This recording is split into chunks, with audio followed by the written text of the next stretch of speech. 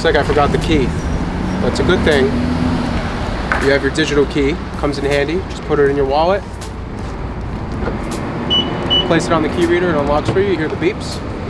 Gonna get in the car. Put the key in the wireless charging tray. Doesn't matter which side. Now you gotta wait about, 3 to 5 seconds. Let the car recognize the key.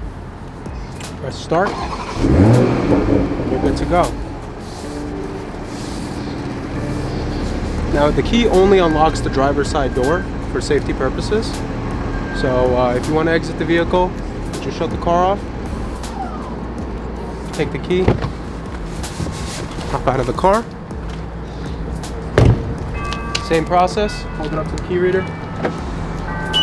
It locks, it beeps, and you're good to go.